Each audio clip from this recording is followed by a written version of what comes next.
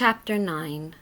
Of the virtue of prudence as practiced by the most holy Queen of Heaven.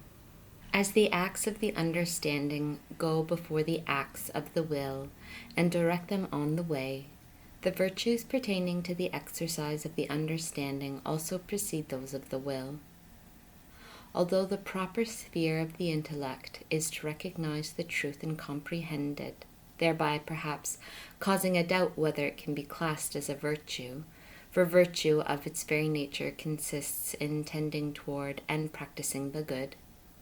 Yet it is certain that there are also intellectual virtues, the practice of which is praiseworthy in proportion as they conform to reason and truth, for these are the proper good of the intellect. When therefore it proposes truth to the will and instructs the will to follow its guidance, then this act of the intellect is theologically good, when matters of faith are concerned, and morally good when, as for instance in the exercise of prudence, the operations of the appetites are regulated. On this account the virtue of prudence comes first as pertaining to the proper use of the understanding. It is, as it were, the root of the other cardinal and moral virtues, for these others are praiseworthy when accompanied by prudence, and faulty and reprehensible when devoid of it. The sovereign Queen Mary possessed this virtue of prudence in supreme excellence, and in proportion to the height of her other virtues already described, and yet to be described. On account of her wonderful prudence, the Church calls her the Virgin most prudent. As this virtue governs all the others, and as this whole history treats of the exercise of these virtues in the most holy Mary, all of what little I can say and manifest of this sea of prudence will be nothing else than a continual implied reference to her prudence, and all her works will show the splendor of this virtue. Therefore I will speak here more in general of the prudence of the Sovereign Queen, exhibiting the different parts and qualities of prudence as taught us by teachers and saints, in order that we may thereby obtain a better understanding of it in her regard. Of the three kinds of prudence called political, purgative, and that of a soul already purified or perfect, none was wanting in our Queen, and they were hers in the highest degree. For although all her faculties were most pure and perfect, or, in other words, had no need of being purified from any faultiness or opposition to virtue, yet they could be improved as regards the natural knowledge, and in as far as the progress from goodness and holiness to greatest goodness and holiness was concerned. This must be understood, of course, only of her own works, as far as they are compared with each other, and not in as far as they are brought into comparison with the works of others. For in comparison with the works of other saints, there was no great or small in this city of God, whose foundations are above the holy mountains. But in her own works, since they grew in charity and grace from the first moment of her conception, some of them, though in themselves most perfect and superior to all the works of the saints, were less perfect in comparison with other acts of a later period in her life. Political prudence in general is that which ponders and weighs all that is to be done and reduces it to the dictates of reason, eschewing all that is not just and good. The purgative or purifying prudence is that which disposes and selects all things in such a way as to rectify the heart by divine contemplation toward all celestial things. The prudence of the purified or perfect soul is that which directs and centers all the affections upon the highest good, as if no other object existed. All these kinds of prudence existed in most holy Mary, in order that she might distinguish and know without fail, direct and accomplish without remissness or tardiness, whatever is most perfect and excellent in the fulfillment of her works. Never did the judgment of this sovereign lady in the whole range of her activity dictate or attach itself to anything which was not the best and most proper. No one ever equaled her in disposing and directing all visible or worldly matters so as to make them useful for divine contemplation. Therefore, having perceived them so intimately and in so many different lights of knowledge, she was united in such a manner to the highest good by divine love that no preoccupation or hindrance ever prevented her from resting completely in the center of her love. It is manifest also that all the component parts of prudence existed in their entirety in our Queen. The first is memory, which retains in the mind things already experienced in the past. From past experiences are drawn many rules for proceeding and acting in the present and in the future. Because prudence concerns itself with particular actions, and as there cannot be a general rule for all of them, it is necessary to draw special rules from many past examples and experiences stored up in the memory. Our sovereign was so endowed with it that she never experienced the natural defect of forgetfulness, for that which once she had understood and learnt was ever present and immovable in her memory. In regard to this blessing, most pure Mary transcended the whole human and even the angelic order, because God made her a summary of all that was most perfect in both of them. She contained in herself all the essential goodness of the human nature, and all that was most perfect and the farthest removed from blemish in the accidental qualities of man, and many of the natural and many of the supernatural gifts of the angelic nature she possessed by special privilege and in a higher degree than the angels themselves. One of these gifts was a fixed and constant memory, incapable of forgetting what she had learnt.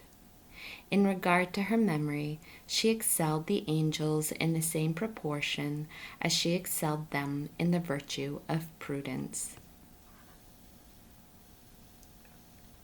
Only in one respect this blessing was limited in a mysterious manner by the humble purity of the most holy Mary. If the images of all things were to be fixed in the memory, it was unavoidable that also much that springs from the vileness and sinfulness of creatures should fill its sacred precincts. Therefore, the most humble and pure princess besought the Lord that the full gift of memory should not extend itself toward the preservation of these images, but only in so far as was necessary for the exercise of fraternal charity towards her neighbor, and for the practice of other virtues. The Most High granted this petition more in testimony of her most humble purity than on account of any danger to which these images could expose her. For the sun is not harmed by the impurities which it may shine upon, nor are the angels disturbed by our vileness, since to the pure all things are pure. But in this regard, the Lord of the angels wished to privilege his mother more than them. He wished to tolerate in her memory only those things which pertain to the highest sanctity, honesty, cleanliness, and the most amiable purity, and what was most pleasing to himself. Thus her most holy soul, in regard to these things, was without blemish, and her memory was adorned with the representations of all that is most pure and desirable. Another component part of the virtue of prudence is the intelligence which principally concerns itself with what is to be done in the present moment. It is a correct and profound understanding of the reasons and the principles according to which virtuous actions are to be performed. It reduces this understanding into action, not only in so far as to give a comprehensive knowledge of the excellence of virtue in general, but also insofar as to direct our activity in the proper channel for performing there and then each particular work in a virtuous and perfect manner. Thus, when I have a deep understanding of the precept, "Do nothing unto others what thou wishest not to be done unto thyself," I will at once know that I shall not do this or that particular injury, because it would seem a wrong if done to me or someone else. This kind of intelligence Most Holy Mary possessed in so much the higher degree than all the rest of creatures, as she exceeded them in knowledge of the moral virtues, in profound penetration regarding infallible rectitude, and in participation of the divine righteousness.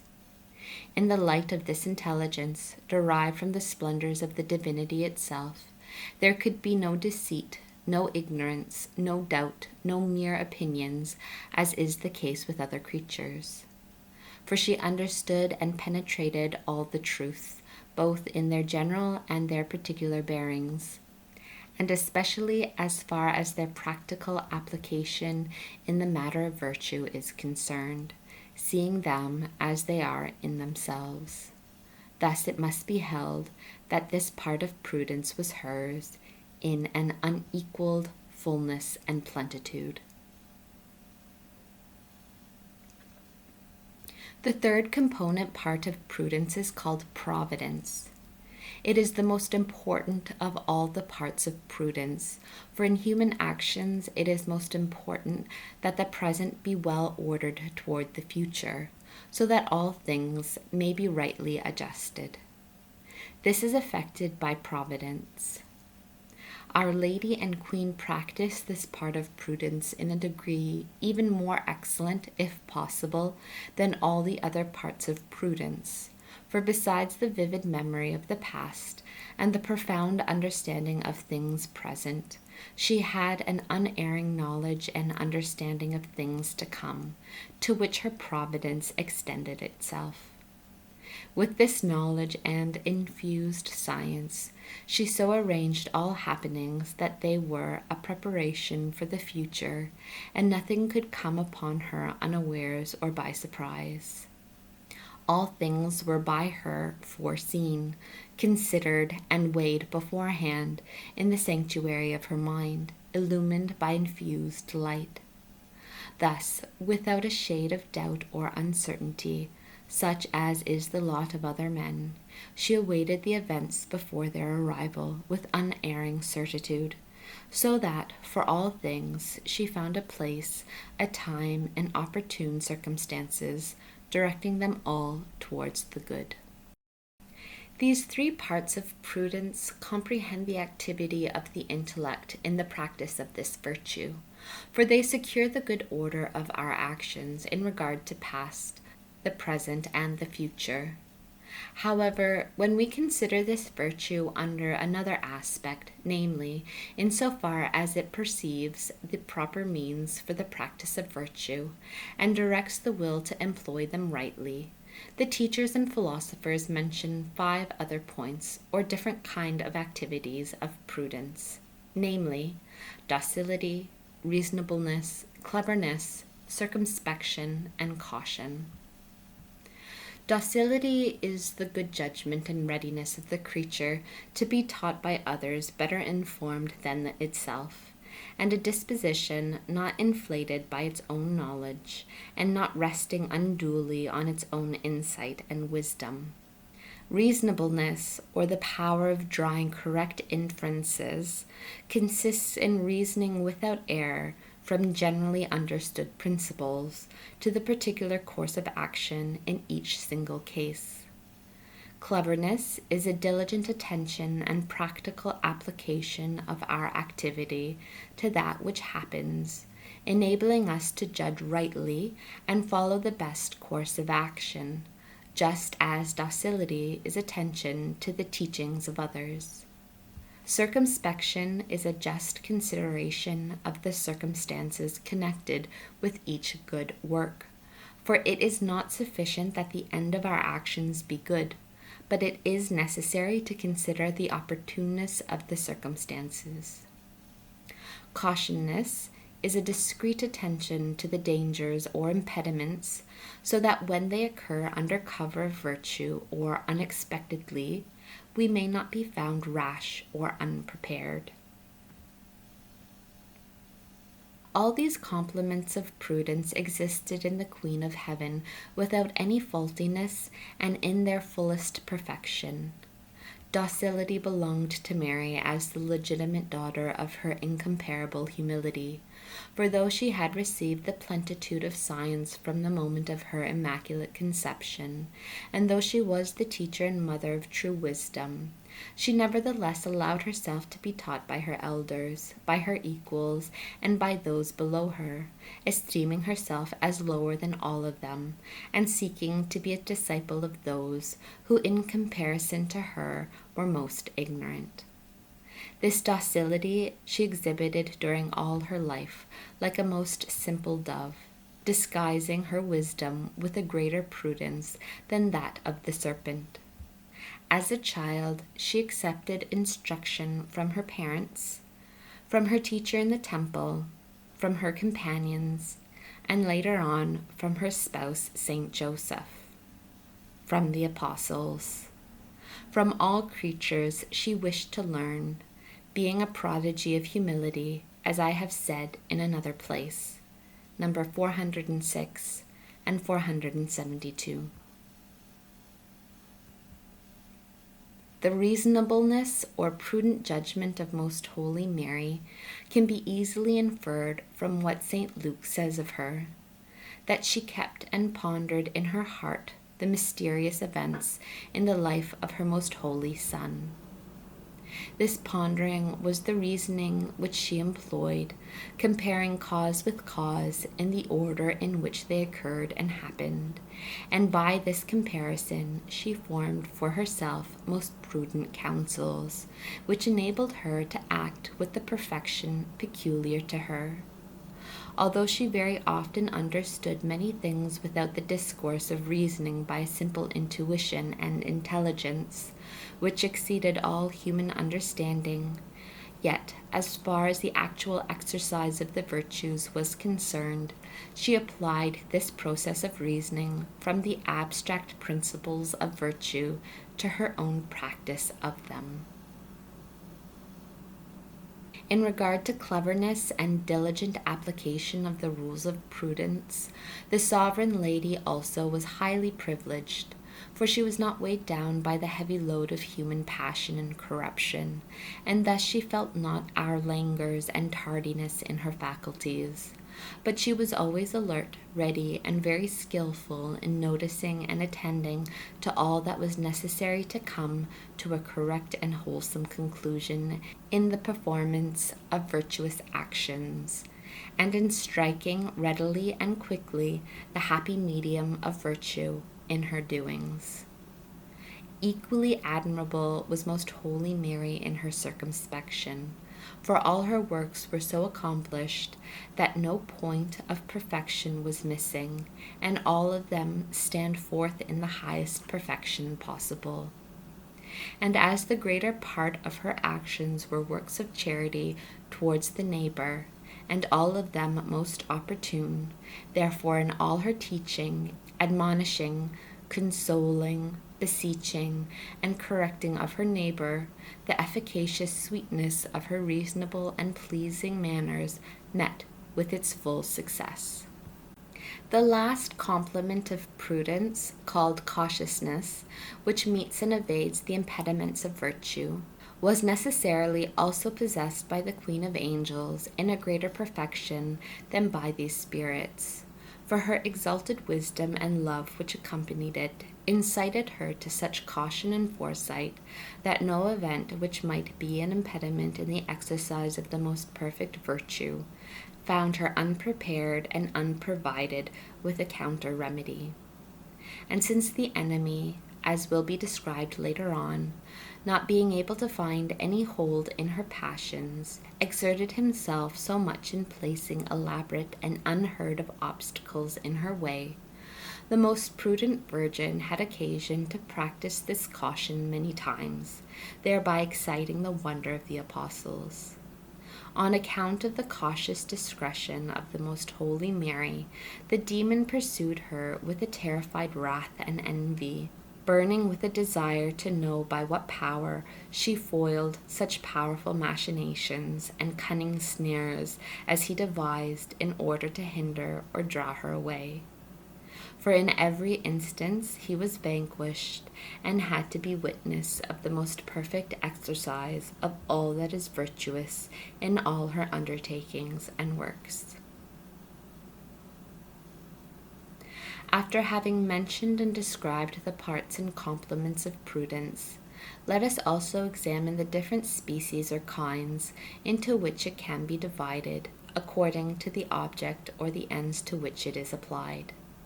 Prudence can be used either in our own actions and affairs, or for the affairs of others, and thus arise two kinds of prudence, directing the activity which concerns ourselves and that which concerns our neighbors.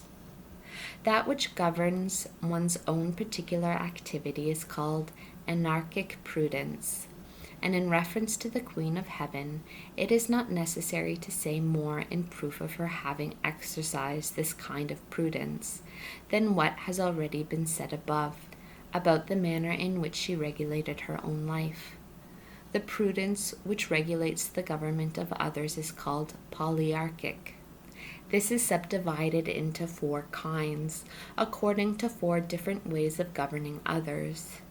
The first kind is that which facilitates the government of countries by just and useful laws. It is proper to kings, princes, and monarchs, and of all those whose authority is supreme. The second kind is called the political prudence, which has its name from the fact that it teaches the right government of cities or republics. The third is called economical prudence, which shows how to govern and manage domestic affairs of the family or particular homes.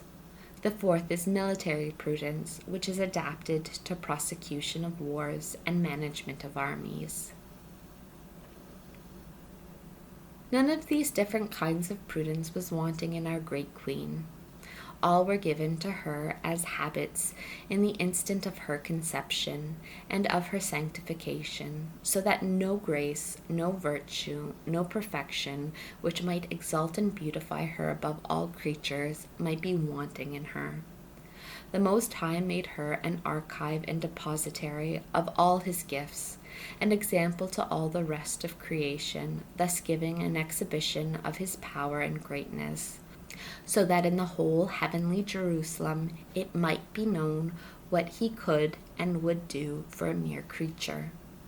And in Mary these sublime habits of virtue did not lie idle, for all of them she exercised in the course of her life on many occasions, as they offered themselves. As regards economical prudence, it is well known how incomparable was government of her domestic affairs, when living with her spouse Joseph and with her most holy Son, for in his education and service she acted with such prudence as was befitting the most occult mystery which God entrusted to men, as I shall show in another place, according to my understanding and ability.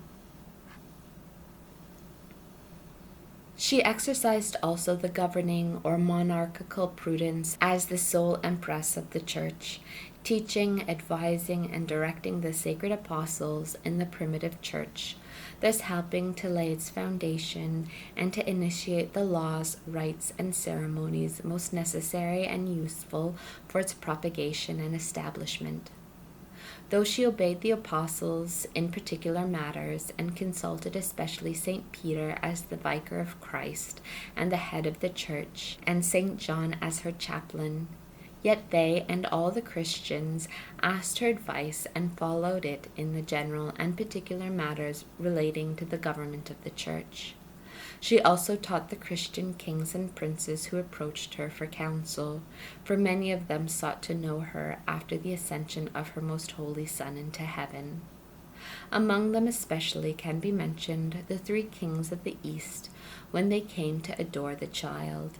She explained and instructed them in all that they must do for their states, with such light and clearness that she was their star and guide on the way to eternity. They returned to their country enlightened, consoled, and astonished at the wisdom, prudence, and sweetness of the words which they had heard from the mouth of a tender maiden. In witness of all the high praise which this queen deserved in this regard, it is enough to hear her own words. By me kings reign, and lawgivers decree just things. By me princes rule. Neither was the political prudence wanting in her, for she taught the republics and nations, and the primitive Christians in particular, how to proceed in public acts and government of their country, how they must obey kings and secular princes, their prelates and bishops, how they are to convoke councils, issue the definitions and decrees resolved upon. Even military prudence found a place in the sovereign queen, for also in this direction she was consulted by some of the faithful, and she instructed and taught them what was required to carry on a just war with their enemies, so as to conduct them according to the justice and pleasure of the Lord. Here can also be mentioned the courage and prudence with which this powerful lady vanquished the Prince of Darkness, teaching us thereby how we must battle with him.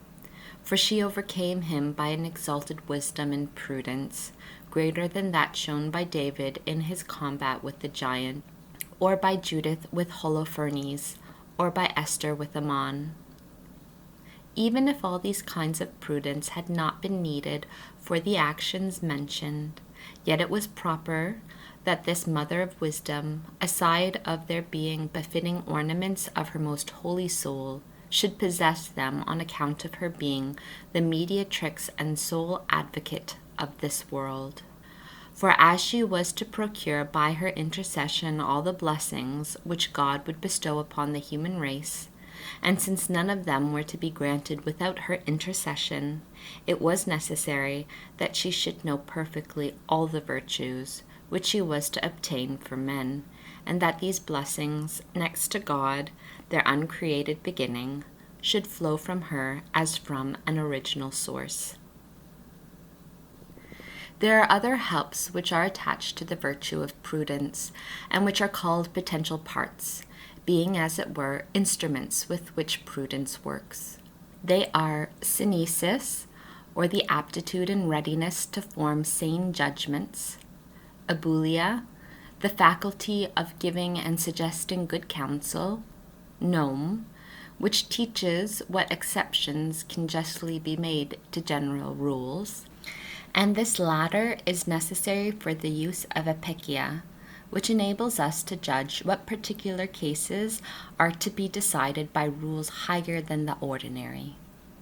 All these perfections and excellences adorned the prudence of Most Holy Mary, so that no one could give such unerring counsel in all possible contingencies, nor could any one, not even the most exalted angel, form such correct judgment in all things as she.